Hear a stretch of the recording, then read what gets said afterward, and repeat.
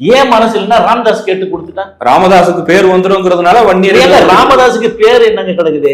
ராமதாஸ் பேருக்கு இந்த இடஒதுக்கீடு பத்தி அவருக்கு இதுக்கு தான் கிடக்குது. அடியும் தெரியாது, நுனியும் தெரியாது. உங்களுடைய வாதப்படி நீங்க வழக்கு தொடுத்ததன் அடிப்படையில தான் இது வந்துச்சுன்னா வன்னியர் சமுதாய மக்கள் உங்க பின்னாடி தான் இருந்திருக்கும். அதை வந்து இந்த கிரெடிட் ராமதாஸுக்கு போயிருமோன்னு அவர் தயங்குறாருன்னு சொல்றீங்க. இல்ல அவருக்கு போராட வேண்டியதுன்னு அவர் ஏற்றுதானே சொல்லணும். சந்திச்சிருக்கோம்ல, சந்திக்கிறது வேற, போராடுறது இல்ல. நீ என்ன வேணாலும் பேசலாம், என்கிட்ட பேசாத.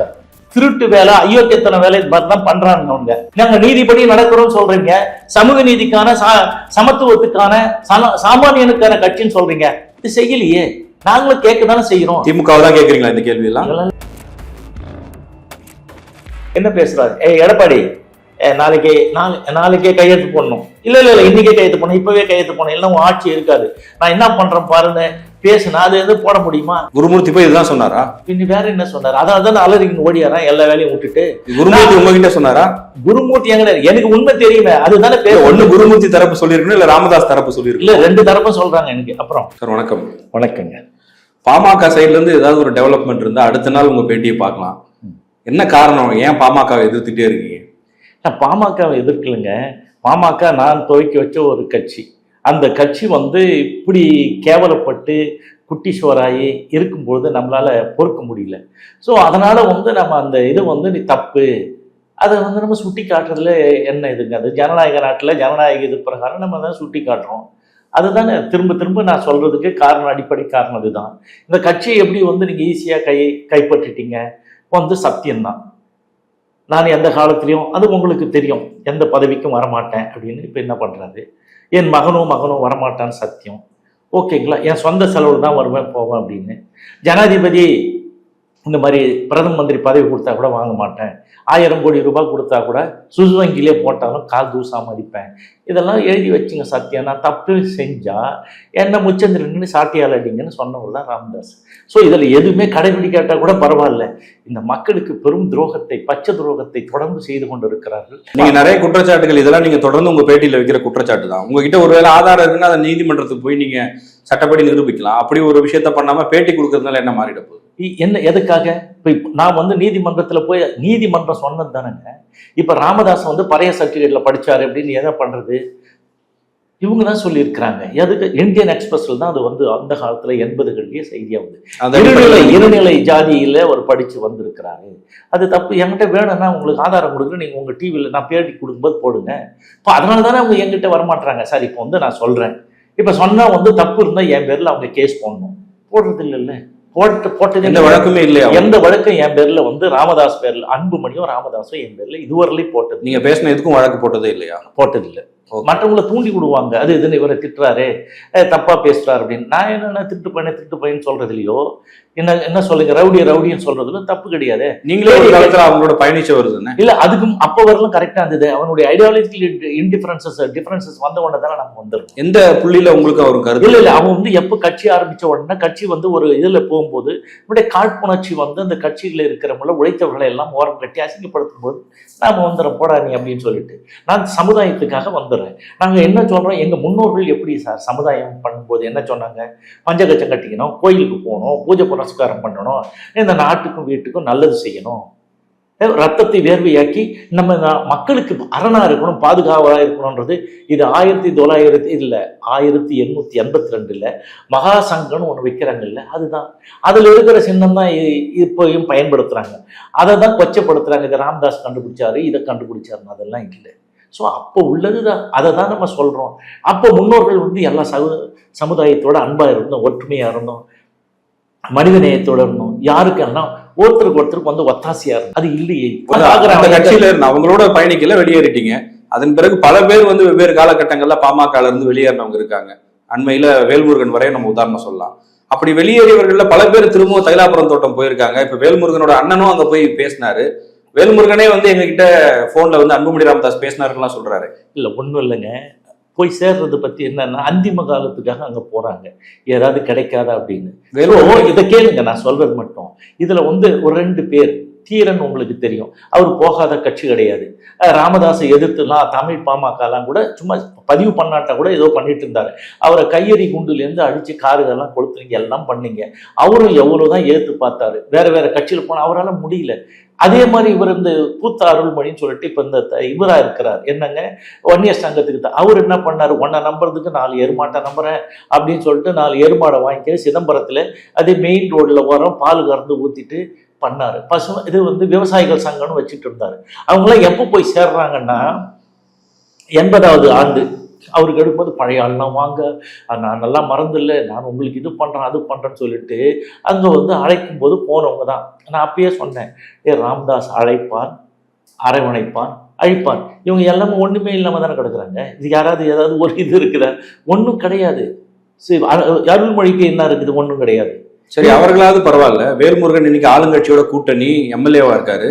அவரே இன்னைக்கு அந்த நிலைப்பாட்டுக்கு வந்துட்டாரு. என்னன்னு சொல்லிட்டு அவங்க அண்ணன் அனுப்பி ராமதாஸ் அண்ணன் போறாரு. அவர் 25 அவர் சொல்றாரு 25 ஆண்டு காலமாக நாங்க இருந்தோம், அவருக்காக இருக்கிறாரு, அவர் போறாரு. அவரு இன்னொன்னு அடுத்தது ஒண்ணு சொல்றாருல்ல, என்ன சொல்றாரு, நான் வந்துட்டேன்ல, அன்புமணி இங்க வந்துருவாருன்றார். மறுநாளே வந்துட்டார். அது என்னன்றது அரசியல் தான். நீங்க சொல்லணும், யாரு திமுகவுடைய நெருக்கடினால அங்க போய் அவர் சொன்னாரா, இது என்னன்னு தெரியல. இது காலம் தானே பதில் சொல்லும். இப்ப என்ன சொன்னாரு, என் பழியை நான் தீர்த்துக்கிட்டேன், என் மேல பழி சொல்ல இருந்தது, என்னன்னா பெரும் பணத்தை எடுத்துட்டு ஓடிட்டேன்னு சொன்னாங்க இதே ராமதாஸ். அது அப்புறம் நான் இவரால நான் சொன்னதெல்லாம் செஞ்சேன், முதல்ல சின்ன தப்பு, அவங்க வேலையா தான் சின்ன தப்பு, அதை பத்தி செஞ்சுட்டு பெரிய தப்புலாம் நம்ம பண்ணிட்டு நான் தான் வழக்கு இல்லை சுமந்தேனே தவிர அவர் ராமதாஸும் அன்புமணியும் இல்லை, ஏகே மூர்த்தி கூட இல்லை, ஏகே நடராசன் அடிச்ச வழக்குல அப்புறம் நானே விடுதலையானன்னு சொல்றாரு. அவருடைய இதை அவர் சொல்றாரு. அவர் அரசியல்ல இன்னைக்கு இங்க இருக்கிறாரு. நாளைக்கு என்ன நடக்கும்ன்றது காலம் தான் பதில் சொல்லும். எதனால அவங்க எல்லாம் போய் பாக்குறாங்க? இப்ப நீங்க சொன்ன முதல்ல 2 பேருக்கு வேற வாய்ப்பு இல்லாம போறாங்கன்னு சொல்றீங்க. இவர் இங்க எம்எல்ஏவா இருக்கும் போதே அவங்களோட மறுபடியும் இணக்கமா போற மாதிரி ஒரு ஸ்டாண்ட் எடுக்கிறாரு. இல்ல, அவரு நான் அங்கேருந்து வந்தேன், அங்க 2 தடவை எம்எல்ஏ 2-3 தடவை நான் இருந்திருக்கிறேன், அவங்களுக்காக எனக்கு இது பண்ணாரு, அந்த ஒரு நன்றி விசுவாசத்துக்காக நான் பேசுறேன். தவறுகள் வரும்பொழுது சுட்டி காட்டுறத செய்கிறாரு.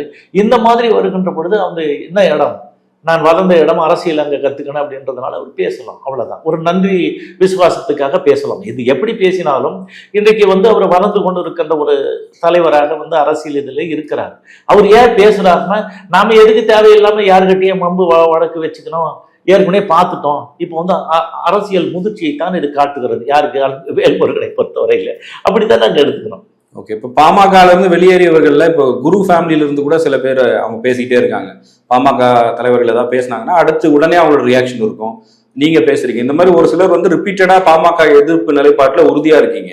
ஆனா நீங்க எல்லாரும் ஒன்னா சேர்ந்து ஒரு அரசியல் சக்தியாகவோ அந்த மாதிரி வர முடியலையே, என்ன காரணம்? இல்ல, அரசியல் சக்தியா நான் வரணும்னு இது இல்லையே. நான் சமுதாயத்துக்கு வாழ்ந்த இந்த சமுதாயம் தலைமிருந்து வாழ வேண்டும் என்பதற்காக நான் 3 பெரிய வழக்குகளை தொடுத்தேன். அதற்கு அடிப்படை காரணம், நான் பொதுச் செயலர் இருக்கிற காலத்தில் தான் துப்பாக்கிச் சூடு நடந்து 25 பேர் இறந்து போனார்கள். உயிரை ஆயுதமாக எழுதி போராடி இறந்து போனார்கள். இதுக்கப்புறம் உயிரை தியாகம் பண்ணி இந்த மாதிரி போராட்டங்கள் செய்யக்கூடாது, அறிவை ஆயுதமாக ஏந்த வேண்டும் என்று சொல்லிதான் அறிவாயுதம் ஏந்தி வழக்கு தொடுத்தேன். அதுவும் இந்த வாழ்ந்த இந்த சமுதாயம் முன்னேறுவதற்கு என்னெல்லாம் வழி இருக்கிறது. 240 அறக்கட்டளைகள், 200 லட்சம் கோடி ரூபாய் சொத்துக்கள் இருக்கிறது, தமிழகம் முழுக்க பரவி இருக்கிறது. இதை முறைப்படுத்தி ஒழுங்குபடுத்தி வழக்கு தொடுத்து இப்போ ஜனாதிபதி அவர்கள் 44வது சட்டமாக ஃபர்ஸ்ட் கைண்ட் இந்த கண்ட்ரி 44வது சட்டத்துல கையெழுத்து போட்டு கொடுத்திருக்காங்க. அது 5 IAS அதிகாரிகள் நிர்வாகம் செய்கிறார்கள். இது செயல்பாட்டுக்கு வர வேண்டும். அதுக்காக நான் தொடர்ந்து போராடி கொண்டிருக்கேன். இது நல்லது தானே. அதுக்கு அடுத்தது 10.5%. நம்ம முதல்வராக இருக்கின்ற கலைஞர் அவர்கள் ஆட்சி அமைக்கின்ற பொழுது நான் முதல்ல எங்களை தானே கூட்டு 43வது நாள் அழைத்து ஒப்பந்தம் கையெழுத்து போட்டோம். அதில் நான் தான் போட்டேன். 108 ஜாதி. அவர் ஒரு கனி கொடுத்திருக்கிறேன், சுவைத்து பாருங்கள், புளித்தால் மாத்தி தரேன்னாரு. அதுக்கப்புறம் அதுல கிடைக்கும் போது 108 அழகிய கனியை தான் கொடுத்தாரு ராமதாஸ். அவரு அவர் எல்லாம் தான் சொல்லுவார் சார். அவர் பேசுறதுக்கு என்ன, அப்புறம் பேசுறதெல்லாம் இப்படிதான் பேசுவாரு. அவர் தான் சமூக நீதிக்கு காவலர்னு சொல்லுவார். அதே கலைஞர் என்ன சொல்லுவார், பெரிய அண்ணன் கோவணத்தை ஓடியான்ட்டான்னு சொல்லுவாரு. அதெல்லாம் அவர் சொல்லுவார், அரசியலுக்காக சொல்லுவார், எதுக்காக சொல்லுவார். அந்த இடஒதுக்கீட்டுல ராமதாஸ் வேற ஏதாவது பேசி இருக்கிறாரா? இல்லையே. அப்போ அந்த இடஒதுக்கீட்டுல 10.5% எப்படி கிடைக்குதுன்னா வழக்கு தான். அந்த வழக்கு நீண்ட வழக்கு போது கருணாநிதி அவர்கள் இதானே சொல்லுகிறார்கள். அதே கலைஞர் அவர்கள் 8 ஜாதி சேர்த்துட்டார் கூட. அப்போ வந்து 108 ஜாதி இருக்கும்போது கொஞ்சம் கணிசமாக கிடைத்தது. 116 ஜாதி வருகின்ற போது எங்களுக்கு கிடைப்பது வந்து 6% 3க்கு குறைந்து போனது தான் நான் வழக்கு போடுறேன். யாரை எடுத்து வழக்கு போடுறேன்? கலைஞர் அவர்களை எடுத்து தான் வழக்கு. 2007 அவர் ஆட்சி அதிகாரத்துக்கு வந்த உடனே நம்ம போறோம். ஸோ இது வந்து இது நடந்து இன்றைக்கு வந்து 10.5% கொடுக்கணும்னு சொல்லிட்டு நீதிமன்றம் சொன்னது தானே. அதை தானே வந்து இவர் எல்பி தர்மராவ் கலைஞரே கேட்கிறார். அவர் ஆட்சி செய்யும் போது இந்த ஆட்சியை டிஸ்மிஸ் செய்யக்கூடாது, நீங்கள் வழக்கு போடுங்கள், நான் உடனடியாக பெட்டிஷன் போடுங்க, நான் டிஸ்மிஸ் பண்ணிடுறேன்னு சொல்றாரு. யாரை சொல்றாரு? கலைஞர் ஆட்சியே சொல்றாரு. அதுக்குள்ள ஒரு ஆட்சி முடியுது, அதுக்கு ஆட்சி அவங்க வராங்க, அரசாணை பிறப்பிக்கப்படுகிறது. 35 என்ற அரசாணை பிறப்பிக்கப்பட்டு அதனால இவங்கெல்லாம் மாற்ற முடியாதுங்க. இடஒதுக்கீடுக்கு அதிகாரம் வந்து எந்த மாநில அரசுக்கும் கிடையாது. அதை மாற்றி அமைக்கக்கூடிய அதிகாரம் யாருக்கு இருக்குதுன்னு சொன்னால் பேக்வர்டு கமிஷன். இந்தியா முழுக்க இருக்கிற எல்லா மாநிலங்களும் ஒரு பேக்வர்டு கமிஷன் இருக்குது. அது வந்து சுப்ரீம் கோர்ட் டைரக்ஷன்ல நடக்குது. ஸோ அந்த மண்டல் கமிஷன் பரிந்துரை பிரகாரம் அவங்க தான் இதை மாற்றி அமைக்க முடியும். ஸோ அதனாலதான் அவங்க வந்து என்ன பண்றாங்க, இதை நம்ம கேஸ் போடும்போது இந்த கேஸின் அடிப்படையில் CN ராமமூர்த்தி வழக்கு தொடுத்திருக்கிறார். இந்த வழக்கின் அடிப்படையில் நாங்கள் வந்து அவங்களுக்கு வன்னியர்களுக்கு கொடுக்கலாமா அப்படின்னு கேட்டுதான் கேட்கிறாங்க. அவங்க தான் மாற்றி அமைச்சு அனுப்புறாங்க. ஸோ அந்த 108 ஜாதி 116 ஆகுது. அதுல வந்து ஜனார்த்தனம் என்றவர் 3 நாளுக்கு முன்னே இறந்து போயிட்டாரு. அந்த நீதி அரசர் இருக்கும்பொழுதுதான் 69% ஒதுக்கீட்டுக்கு பாதுகாப்பை அவங்க தான் ஏற்படுத்தி கொடுத்தாரு. ஜெயலலிதா அவர்கள் தான் அதெல்லாம் வந்து பாராளுமன்றத்துல சட்டமாக்கி சொன்னாங்க. ஸோ அதே தான் இங்கேயும் நடக்குது. இப்போ வந்து 10.5% இவர்களுக்கு கொடுக்கலாம். அந்த 116 ஜாதியை 3ஆக பிரிக்கிறார். யாரு? ஜனார்த்தனம் அவர்கள். இது 2012 முடிஞ்சு போன கதை.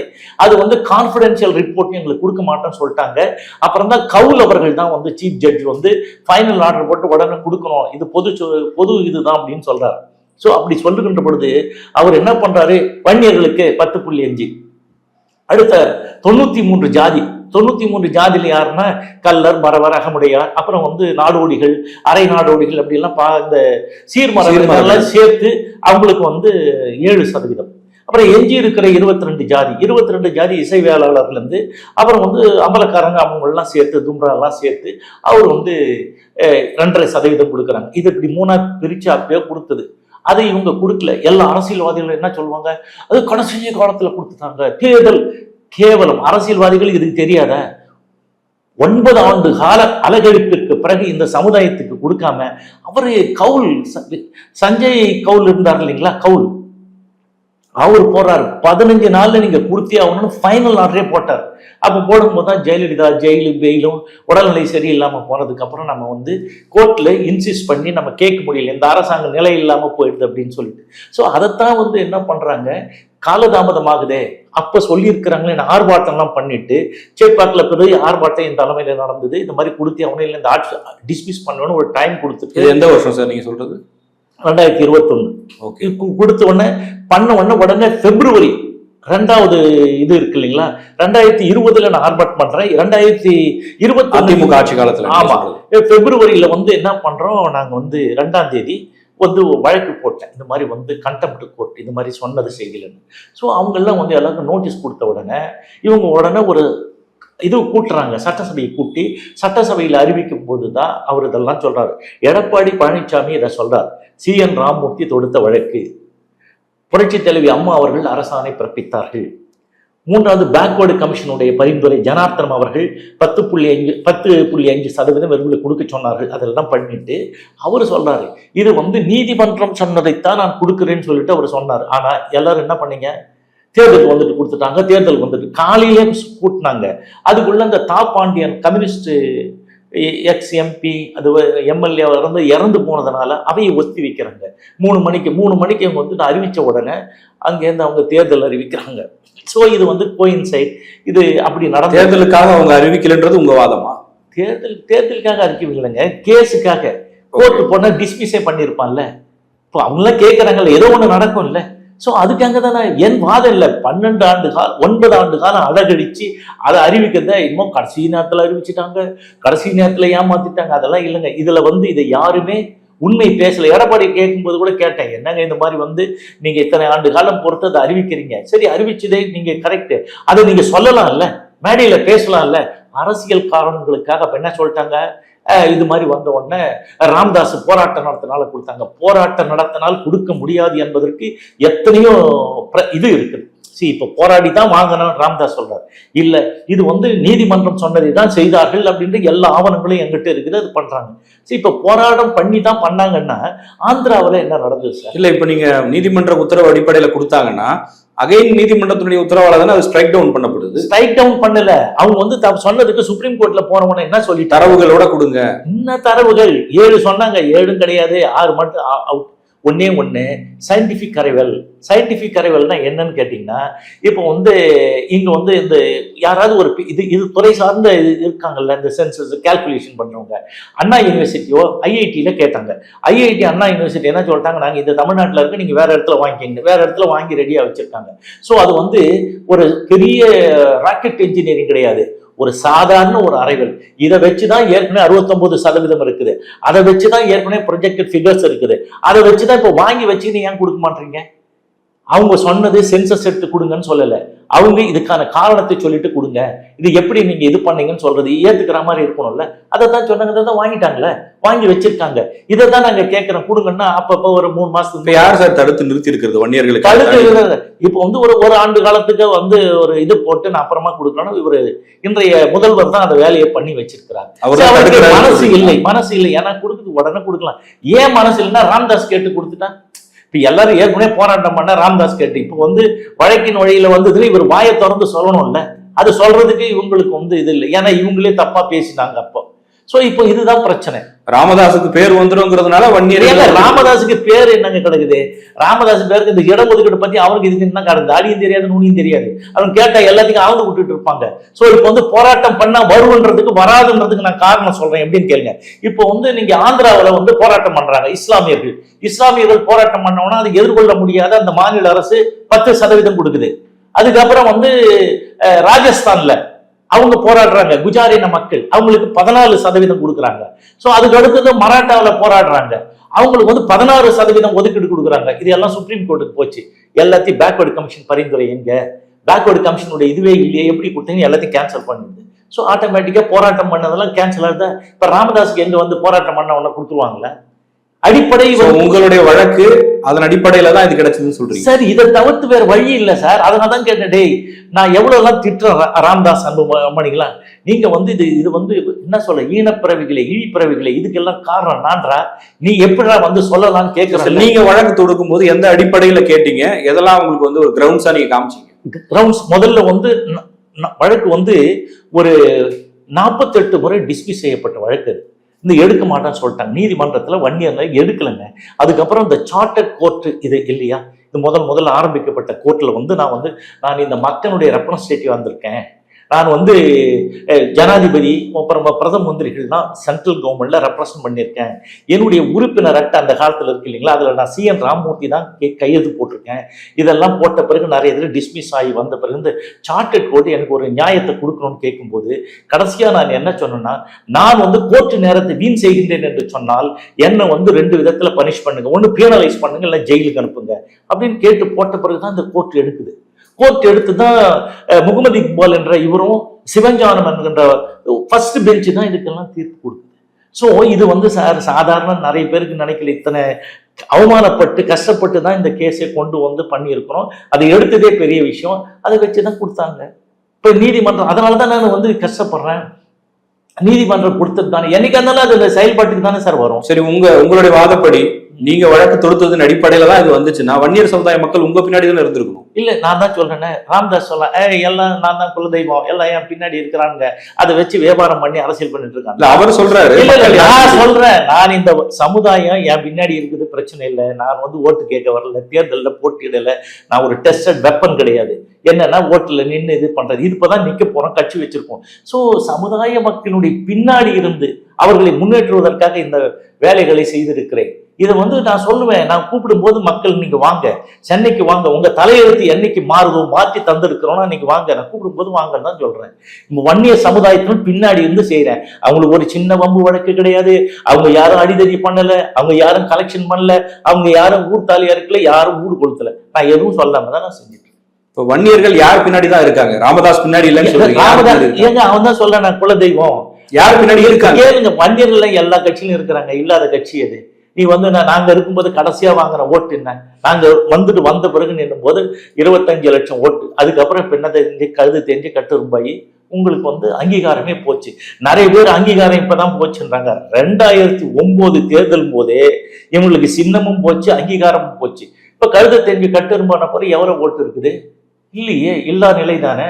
ஆனா இவங்க வந்து அந்த நான் சொல்றேன் இல்லைங்களா, ஒரு 11 ஆண்டு காலம் மத்திய அமைச்சரவை, 7 அமைச்சர்கள் இருந்தார்கள். அதனால அவங்களுக்கு வந்து இந்த லைம் லைட்னு சொல்ற அந்த மீடியாவுடைய வெளிச்சம் என்பது அவர்களுக்கு அதிகமாக இருக்கிறது. அதனால அவங்க சொல்றாங்க. ஸோ இப்போ வந்து நீங்க எடுத்துங்க, இது இருக்குது இந்த 8 வழிப்பாதை வந்து பண்ணணும்னு சொல்லி சேலம் 8 வழிச்சாலை. யாரு சார் அதை பண்ணது? முதல்ல பூவுலகின் நண்பர்கள் சுந்தரராஜன் தான் பண்ணார். இவங்க இம்ப்ளீட் ஆகிறாங்க, அதில் போய் சேர்ந்துக்கிறாங்க. ஆனா அவர் அதை செஞ்சவர அவருக்கு என்ன இருக்குது, அவர் சொன்னாரு. ஆனா அது எவ்வளவு அளவுக்கு மக்கள் கிட்ட போய் ரீச் ஆச்சு இவங்க பண்றது. அதே மாதிரி மது ஒழிப்பு போராட்டங்கள்லாம் நடத்துனாங்கல்ல, அதுல யார் அது வந்து கேஸ் போட்டது? மே 17 இயக்கம், அவங்க தான் அதை போட்டாங்க. இவங்க இம்ப்ளீட் ஆகுங்க, அவங்க பின்னாடி போய் சேர்ந்துப்பாங்க. எனக்கும் ஒரு இது போடும்போது தீர்ப்பு கொடுக்கும்போது அவங்களுக்கு ஒரு காப்பி கொடுப்பாங்க. அதான் சார் எல்லா பாயிண்ட்டும் அவர் தான் பண்ணணும். ஸோ அதுல வந்து இப்படி பண்ணாங்களே தவிர இவங்க ஏதாவது ஒரு முயற்சி எடுத்து இதை செய்திருக்கிறேன் என்று ஏதாவது சொல்லுங்க. இப்ப நீங்க வன்னியர்களுக்காக நான் பின்னாடி இருந்து போராடுறேன்னு சொன்னீங்கல்ல, இப்ப இருக்கிற முதலமைச்சர் வந்து பண்ண மறுக்கிறார், அதை வந்து இந்த கிரெடிட் ராமதாஸுக்கு போயிருமோன்னு அவர் தயங்குறாருன்னு சொல்றீங்க. இல்ல அவருக்கு போராட வேண்டியதுன்னு அவரை ஏற்று தானே சொல்லணும். சந்திச்சிருக்கோம்ல, சந்திக்கிறது வேற, போராடுறது இல்ல சார். இப்ப போராட்டம் பண்ணுவோம். அடுத்த வாரத்துல நான் கண்டிப்பா போராடுவோம். இதெல்லாம் முதலமைச்சரையும் தமிழக அரசை எதிர்த்து போராடுவோம். தமிழக அரசு ஆமா ஏத்து தானே, யாரு செய்யலையோ செய்யாதவங்களை ஏத்து போராடித்தானே ஆகணும். இதுக்கு முன்னாடி நாங்க கலைஞர் அவங்க எல்லாம் இயக்குறாங்கன்னு அவங்க குற்றச்சாட்டு வைக்கிறாங்க. அல்ல அவர் என்ன, நான் வந்து திமுகவினுடைய ஊதுகோலா தான் நீங்க இருக்கீங்க. அப்புறங்க எதுக்கு திமுக என்ன இருக்குது? திமுக நான் கேட்கிறோம். இப்போ ஒரு கலெக்டர் இருக்காரு, அவர்கிட்ட தான் வேலை முடியும்னு அவர் தானே கேட்க முடியும். சீஃப் மினிஸ்டர் இருக்காரு, அவர்கிட்ட கேட்கிறோம். கேட்டு பாக்குறோம். அப்படின்னா அடுத்தது கொடுக்கலன்னா என்ன பண்ண போறோம்? சொல்றாங்க நாங்க வன்னியர் இட ஒதுக்கீட்டுக்காக கூட்டணிக்கு போறோம். உனக்கு கேட்கறதுக்கு என்ன தகுதி இருக்கிறது? அதை பத்தி வழக்குறது, நான் போட்ட வழக்கின் அடிப்படையில கொடுங்கன்னு நாங்க கேட்கிறோம். நீ வந்து எதை சொல்லி கேட்ப? நீ கொடுன்னா கொடுத்துருவானே. இப்ப தமிழ்நாட்டுல வந்து தனியா நிறைய பேர் சொல்றாங்க இது மாதிரி நான் சொன்ன இவங்களுக்கு எல்லாம் இருக்குதுன்னு. இப்ப கேரளாவில ஈழவருக்கு எத்தனை 12% ஒதுக்கீடு ஜாதி பேர்லயே இருக்குது. இதெல்லாம் அவங்களுக்கு தெரியுமா? அதை பத்தி ஏதாவது பேசுனாங்களா சார்? அவங்களுக்கு என்ன சார் வருமானம் என்ன இருக்குது? தன்மானத்தை பத்தி பேசுவாங்க, வருமானத்துக்கு பார்த்துவாங்க. அவங்க வந்து இதுவரையிலும் எதை செஞ்சிருக்கிறாங்க சொல்லுங்க. நாங்க வன்னியர்களுக்காக இதை செஞ்சோம் என்று நீங்க விரல் விட்டு சொல்லுங்க.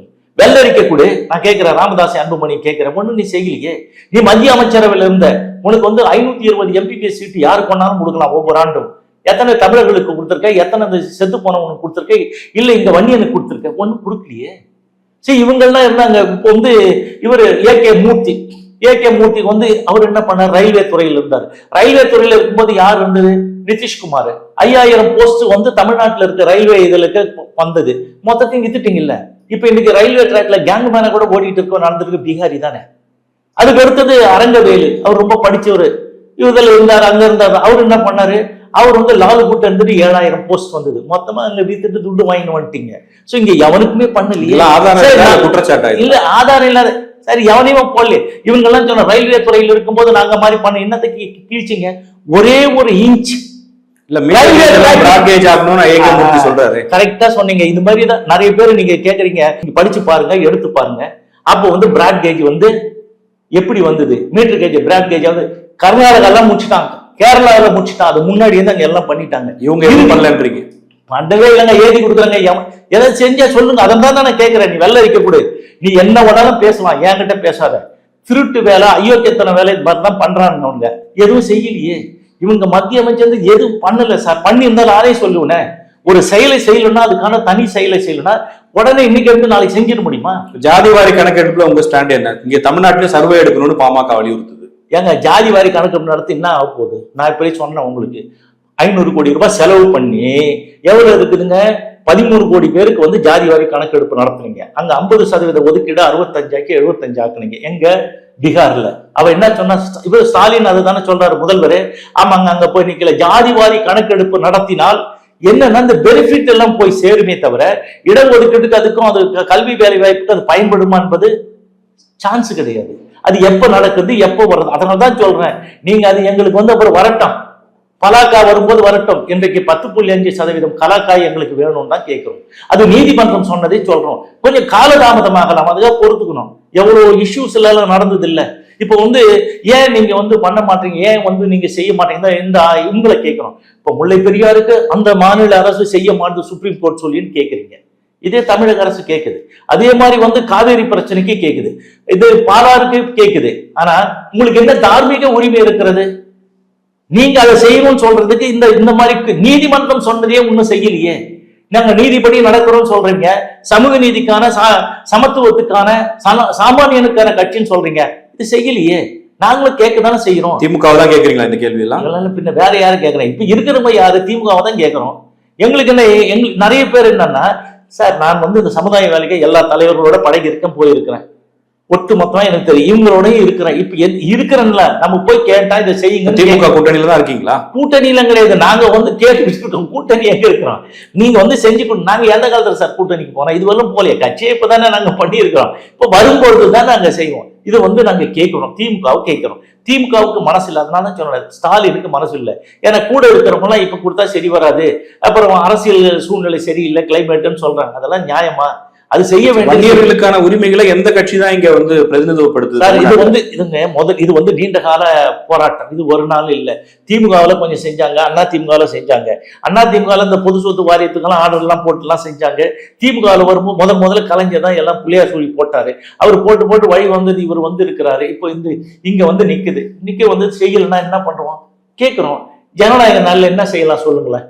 ஆர்ப்பாட்டம் பண்ணலாம், போராட்டம் பண்ணலாம், நம்ம கொஞ்சம் கோபத்துல பேசலாம்.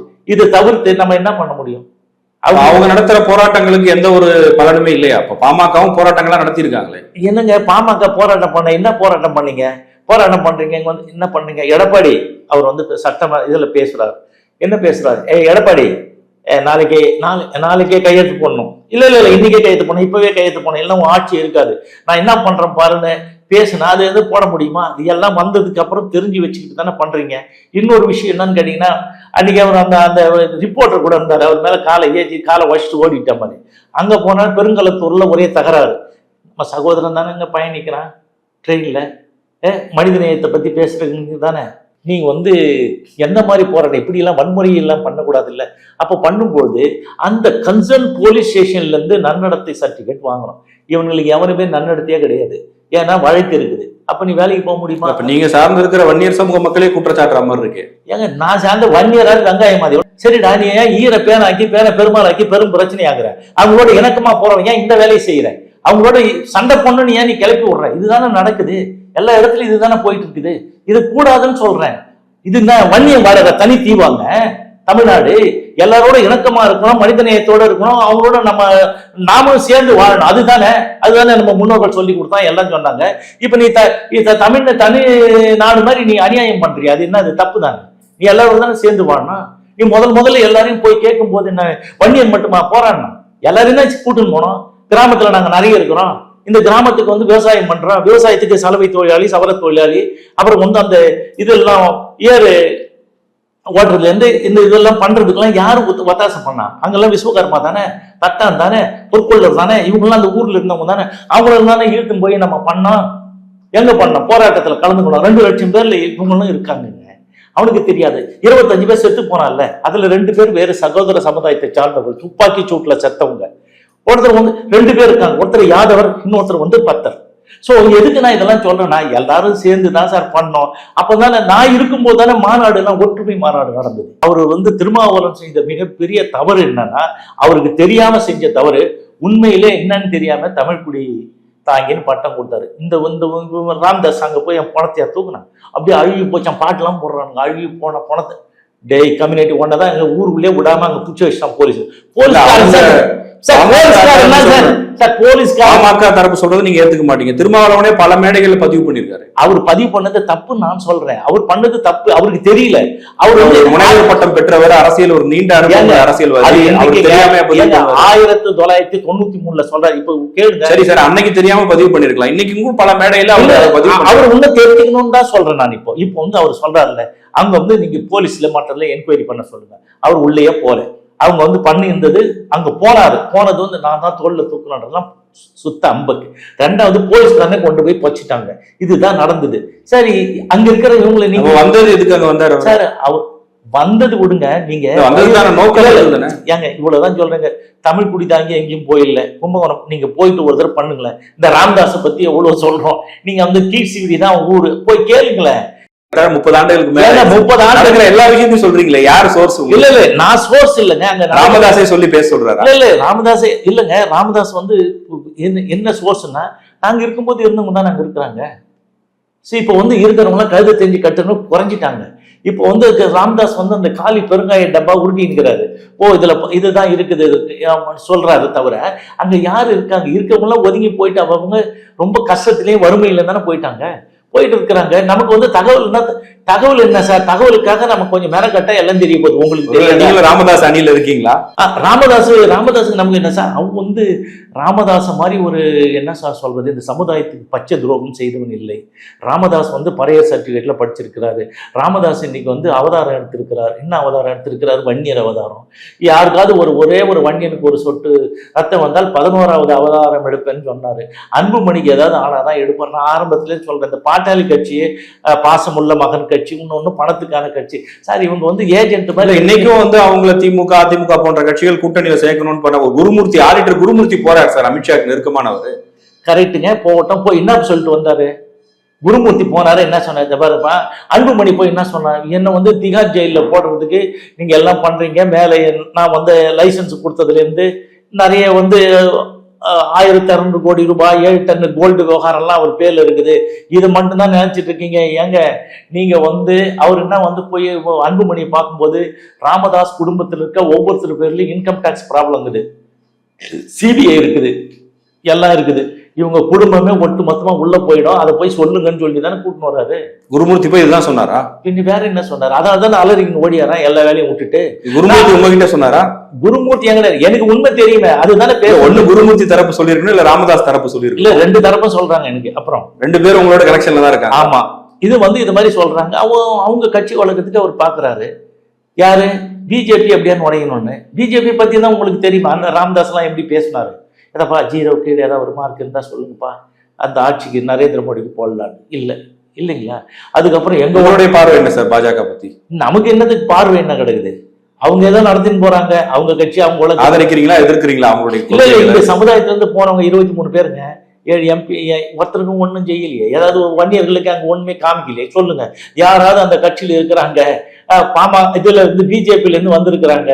அதெல்லாம் போயிட்டு வந்தவங்க துண்டக்கான துணிக்கான ஓடிட்டாரு. அங்க ஒண்ணும் இல்லையே. திமுக குறித்து உங்களுடைய புரிதல், அவங்களுடைய கொள்கை நிலை? இல்ல அவங்க கொள்கை, அவங்க கட்சி, அவங்க ஏதோ நடத்திக்கிறாங்க. சாமானியமான கட்சி. உங்களை பாராட்டி கடிதம் எல்லாம் கொடுத்திருக்காரு முதலமைச்சர். இவரு கூட ஜெயலலிதா கூட கொடுத்திருக்கு. ஜெயலலிதா கொடுத்திருக்காரு, கலைஞர் கொடுத்திருக்கிறாரு, எல்லாம் பண்ணிருக்கிறாங்க.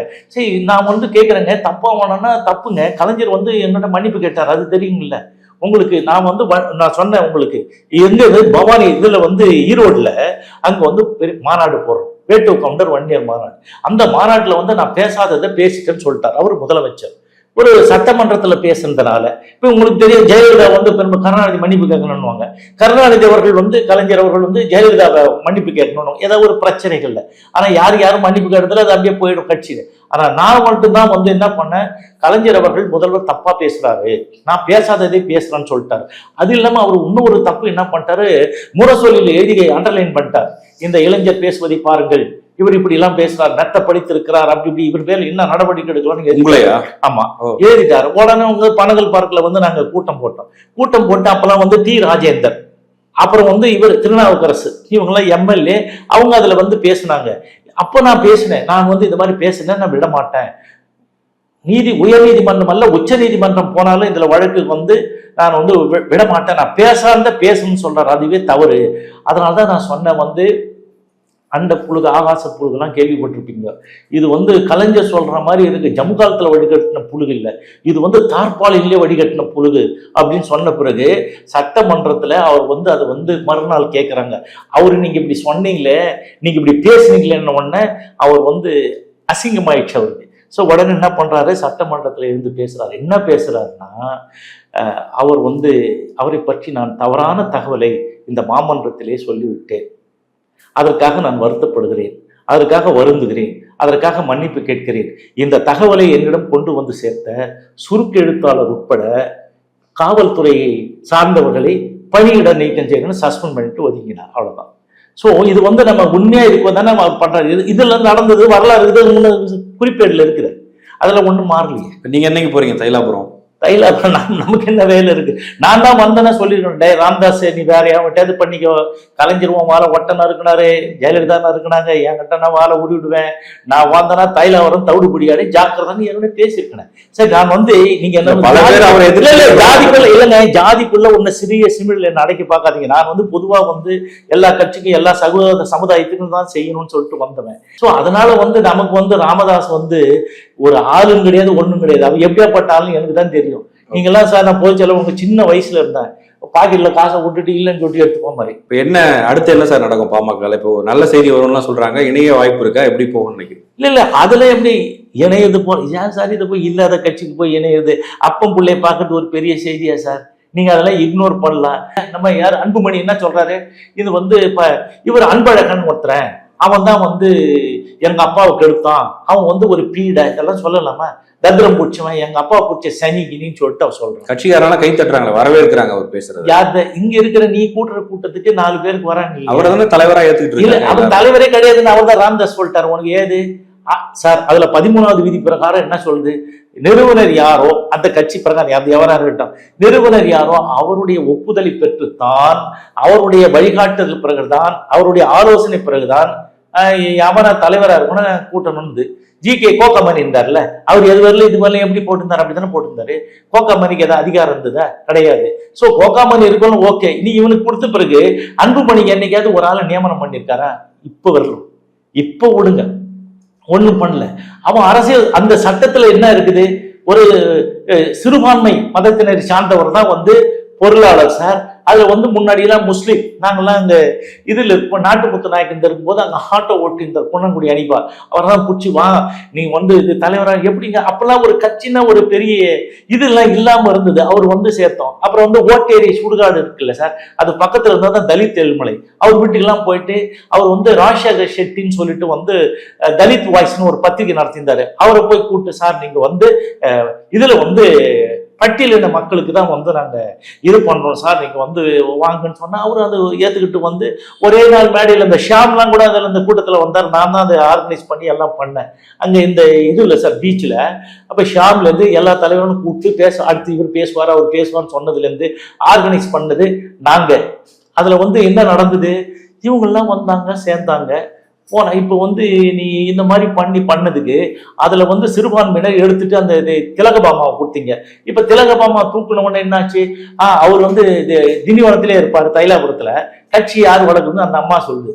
அவன் கிளவரா என்ன பண்ணான், அந்த வந்து சையது மன்சூரை வந்து பொருளாளர் ஆகிட்டு உடனே வந்து இந்த கட்சியினுடைய ஆடிட்டர் இருக்கார்ல, அவர் பேர் சுப்புரத்னத்தை கூட்டு என்ன சொன்னீங்க, அப்ப இவங்க வந்து இவர் வந்துட்டாரு, இனிமேட்டு ஒரு 10 பைசா கூட கட்சியில இருந்து எடுக்கக்கூடாது, போய் பேங்குக்கு லெட்டர் கொடுத்துருன்ட்டாரு. ஸோ அதையும் போட்டு லாக் பண்ணிட்டாரு. இப்போ கட்சியில வந்து தலைவரியே வந்தாச்சு, எல்லா அதிகாரம் அங்க இருக்குது, குவிக்கப்பட்டிருக்குது, ஒண்ணுமே இல்லையே. அன்புமணி நான் எவன் வந்தாலும் அங்க ஒண்ணும் வேலைக்கு ஆகாது. இப்ப இந்த 28ஓட முடிஞ்சு போகுது. மே 28ஓட ஒரு பதவி முடிஞ்சு போதா? பொதுக்குழு பதவி முடிஞ்சிச்சா? அன்புமணி அடுத்த பொதுக்குழு யார் கூட்டுவாரு? ராமதாஸ் தான் கூட்டுவாரு.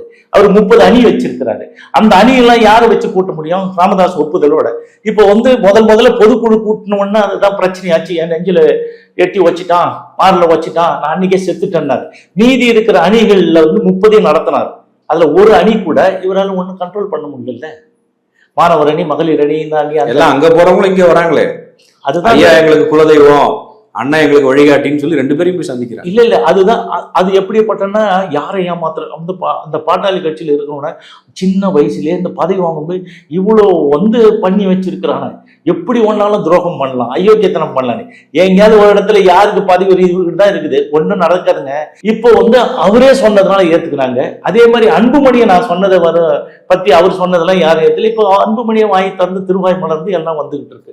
ஸோ இவங்க வந்து இந்த சமுதாயத்துக்கு ஒன்றும் செய்யல சார். இவங்க வந்து என்ன சொல்லுவாங்க, இப்பெல்லாம் வாங்கன்னா நான் சொன்ன மாதிரி அழைப்பார், அரவணைப்பார், அழிப்பார். இது ஓகே. இந்த சமுதாயத்துக்கு ராமதாஸ் அன்புமணி வளர்ந்து வாழ்ந்து ஒன்றும் ஆக போறதில்ல. அந்த விளாம்பழம் பழுத்து வன்னியன் என்ற வௌவாலுக்கு ஆக போறதில்ல. நான் ஆரம்பத்தில் சொன்ன மாதிரி அது என்னன்னா அது ஓட்டை நக்கி தான் பார்க்க முடியும். இவங்களுக்கு ஒன்றும் கிடையாது, அது உடைச்சும் சாப்பிட முடியாது, உங்களுக்கு எதுவும் கிடையாது. நீங்க வைக்கி வேலை வளர்த்து போக வேண்டியதான். 25 தியாகிகள் செத்து போனான், அவனுக்கே ஒன்றும் செய்யல, உங்களுக்கு என்ன பண்ண முடியும்? ஸோ இவங்க எதையுமே செய்யாமலே செய்து விட்டதாக செய்தது போல் நடிக்கிறார்கள். நன்றி சார். நன்றி.